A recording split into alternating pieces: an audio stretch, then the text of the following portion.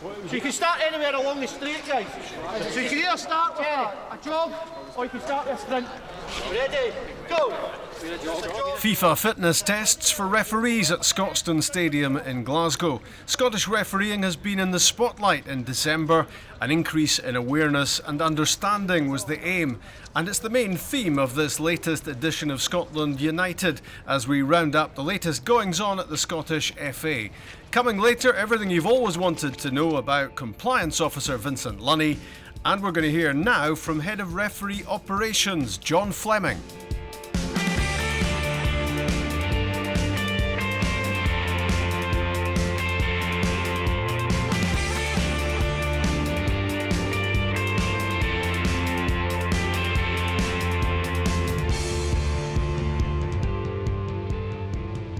I develop the referees and I know when they're ready to move up to the next level, when they're ready to go into junior football, when they're ready to go into under 20, SPL under 20, then when they're going to get put into SFL 3, 2, 1 and the SPL, and also when we identify an individual that's going to become an international referee or assistant referee.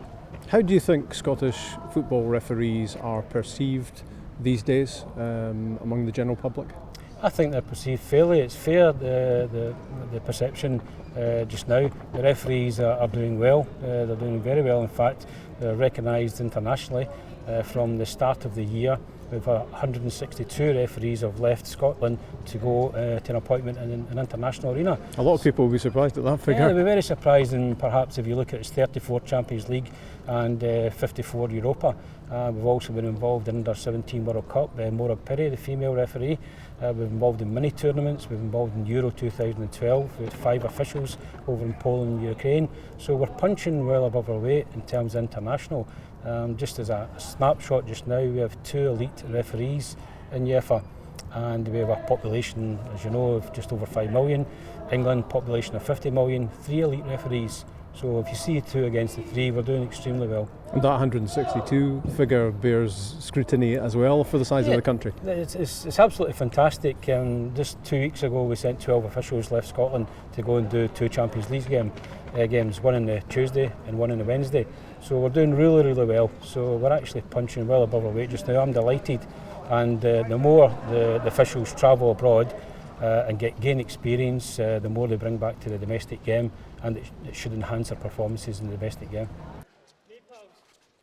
Fitness is a major aspect in refereeing nowadays. That the speed of the game has changed in such a dramatic way over the last few years. It's important that referees maintain a high level of fitness to keep up with the pace of the game. Do you think everyone appreciates that the fitness standards required of Scottish referees? From the chance, no. I think those in the know realise that we're getting fitter and we're more active in things, but I think there's still a lot of supporters out there that just they're unaware of the effort that referees are putting in behind the scenes to get themselves fit and maintain such a high level. So there are strict standards that you have to constantly get to and keep to? Yes, we're routinely monitored from the SFA. We all wear heart rate monitors whenever we train and whenever we do games, and all that data is sent in to the sports scientist that looks after us at Hampden, and the information is regularly analysed and sent back to us, giving us feedback about what sessions we have to improve on, just things like that, how we can improve our fitness. We're constantly striving to make ourselves better. In Scotland, how well do referees merge into and mix into the football world? Is there still a them and us that needs to be sorted out? I think possibly there is still a them and us, but we're working very, very hard at the Scottish FA to remove the barriers. Two-way dialogue for me is the most important thing between referees, between the clubs. I see the managers, the coaches, the players. 2011 to 2012 season, we went round every full-time club in Scotland and we spoke to about 1,000 players, just over 1,000 players, with the help of the PFA, Fraser Wishart, Craig Flanagan, Stuart Lovell. Went round, spoke to everybody. It was really, really good. So there's more dialogue. Next season we'll do the same again. We didn't want to repeat the exercise every year. We'll do it every second year and speak to the players direct. To me, that breaks down the barriers and perhaps gives an awareness and understanding of what the referees, why decisions are made, or perhaps why they're not made. Colin, tell me about the injury that you're trying to prove you're over here. Yeah, I had a knee operation 9 weeks ago, so thankfully there was nothing serious, no serious damage, so glad to be back to running. Certainly the last 3 weeks I've been running, so hope to be back in action hopefully the next couple of weeks. But it's not enough that you think you're over it, you've got to prove it. Yeah, I've got to prove it first, got to go through the fitness test, which I'm currently training towards, and hopefully I want to make sure that it's gradual and that I can pass it when I sit it first time. I get a couple of attempts to do that, so and hopefully if I don't rush back but I take my time and make sure the training's correct, then I'll be fine. When you're listening to the radio, watching television programmes, football television programmes, how much do you pull your hair out at maybe the ignorance and lack of awareness of the rules of the game? I don't class it as ignorance, and I do class it as a lack of awareness and perhaps a lack of understanding. And sometimes it's an easy thing for a pundit to say, is to undermine and be slightly disrespectful towards the referee. But hence the reason why we're having the awareness and understanding weeks. I'm more than happy to work with the journalists, and more than happy to work with all the media and give them a short, sharp course on why referees make decisions. They don't make decisions to make things harder for themselves. I certainly don't do that. But there's at times when I see something that's radically wrong and disrespectful to a referee, and that is frustrating, I've got to say. William, Category 3, what does that mean? As a Category 3 referee, I officiate games in the top junior leagues and also pro youth levels, and then I act as an assistant in the Scottish Football League. How long will it take you to get to where you want to be? Well, it all depends on performance. It is a performance-based activity. We have observers coming out to our games who compile reports, and we come under criticism whenever we get decisions wrong, but we are accountable for our decisions. It's constructive criticism, but at the end of the day it's good performance on top of good fitness and commitment that gets you to the top, so it's difficult to put a number on how long. Referee recruitment has always been a bit of a challenge. Is it getting any easier? It's not getting any easier, but we put a lot more emphasis on it over the last season and a half. When I came into the role, one of the best appointments I made was to employ Craig Thompson and Stephen McLean, 2 international referees, active referees, and I recruited them as recruitment and education managers. Stephen works very, very closely with the schools, the SQA, and we have recently educated somewhere in the region of 400 pupils throughout Scotland. So that's a tremendous recruitment programme, and it's bearing fruit when we get the pupils coming in who are at a relatively young age, 16-year-old, and that's the future for the refereeing. So recruitment just now, when I started 3 years ago, we had a figure of approximately 2,200, and we're now just over 2,900. So it's extremely positive, but the retention part of it is just as important.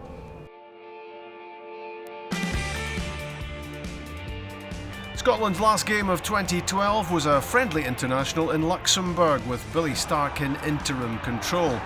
Blackburn's Jordan Rhodes transferred his prolific goal scoring from club to country with the smoothest of transition. Rhodes scored both Scotland goals in a 2-1 win. Scotland's under-16s beat Wales and lost to Northern Ireland in the Victory Shield, so had to beat England in the final match for a share of the big prize.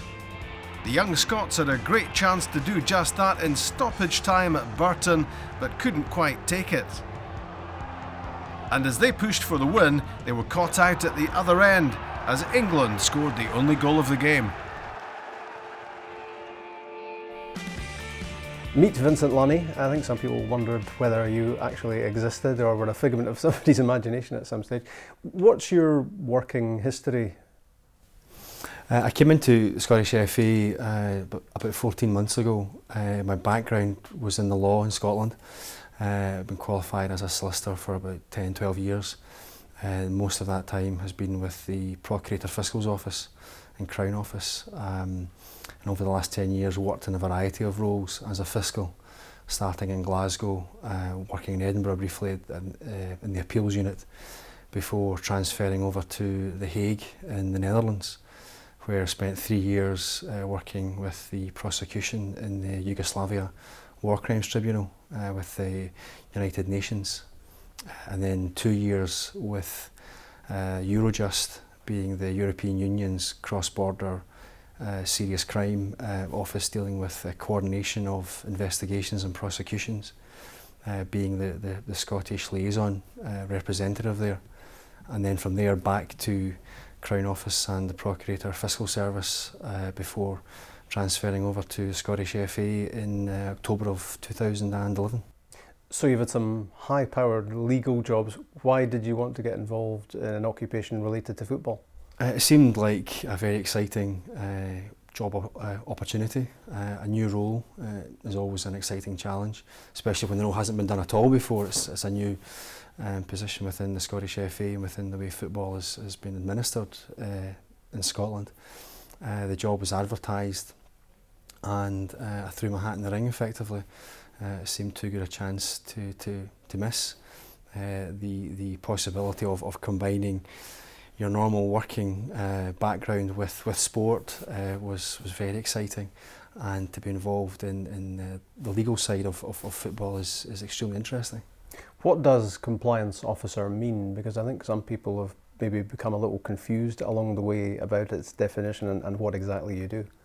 My role is really to act as the person who administers the judicial panel protocol rules, and to ensure that the players, the clubs, the managers all do their best to adhere to those rules, and if the rules are breached, take forward the case before the judicial panel.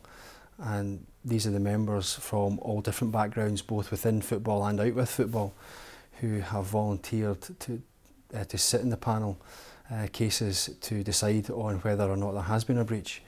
And my role is to receive complaints, whether that comes through television reports, media reports, or in the most cases referee reports.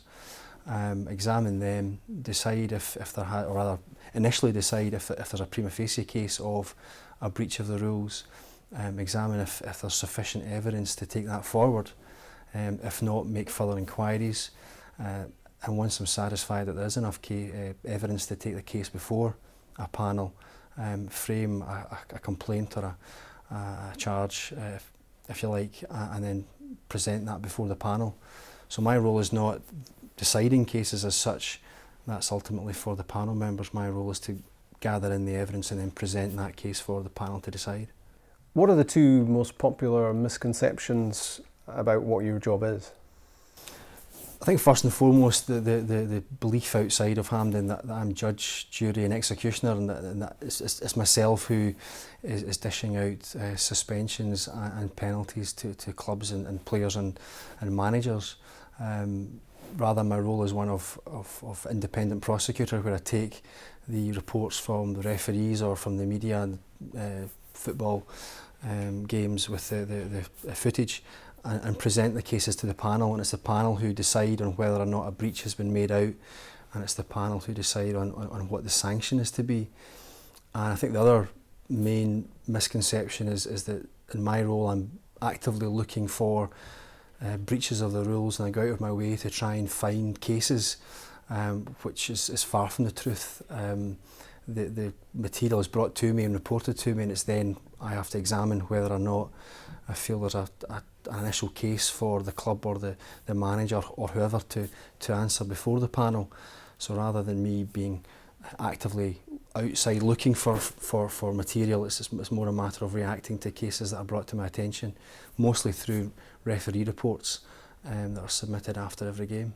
I think people did used to think that I might be Vincent Lunny on a Sunday night on Sports Scene, looking at the TV footage. But there is this image of you sometimes portrayed as having a sort of magnifying glass and looking at football footage and seeing if you can find your next victim. No, nothing could be further from the truth. In many ways, it's disappointing when I do see something when I'm at home on a Sunday night, and my heart sinks when I think, well, that's another case that's going to find its way to me on a Monday morning. But generally, the more high-profile matters are so widely talked about from the television programmes or on the back pages of the papers on a Monday morning that they find their way to me. The vast majority of cases, however, come from the referees directly who report incidents from the matches, and that makes up the bulk of the caseload. Has Scottish football made progress with the introduction of this compliance system, or is it difficult to evaluate what progress would mean? I think there's been clear progress, certainly with regard to the speed with which cases are dealt with. I understand from years gone by that matters could drag on for months, whereas now under the system of the fast-track cases for on-field incidents involving players and red card appeals or missending off offences, they're dealt with usually within 1 week of the match having taken place. So that's very swift, and the matter is dealt with and everyone can move on. Is the area of after-match comments from players and especially managers, is that a grey area in terms of what should be acted upon? That has been the most difficult part of my job in the last 14 months. It's been taking those cases forward. The rule that deals particularly with comments from managers and players about referees in particular prohibits comments in the press which indicate bias or incompetence or impinge upon the character of the match officials. And that's a matter that can be open to interpretation. And a manager may feel that he's not saying anything that indicates, say, incompetence, for example, but others may interpret it as that. And I have to decide initially if there's an argument that it can be interpreted that way or it was meant to be interpreted that way. And that's certainly a difficult decision to make quite often. And talking of discipline, the Scottish FA is pushing for a change in football culture through a programme called Positive Coaching Scotland. The plan is to develop young players in a positive and safe environment where they want to win but not at all costs, and learn other character-building skills which will last them for life.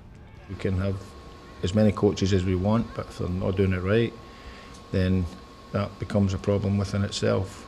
You know, obviously, anybody can use the positive approach, but it's how we coach them, and it is repetition, and but as it's been pointed out to me today, it's correct repetition.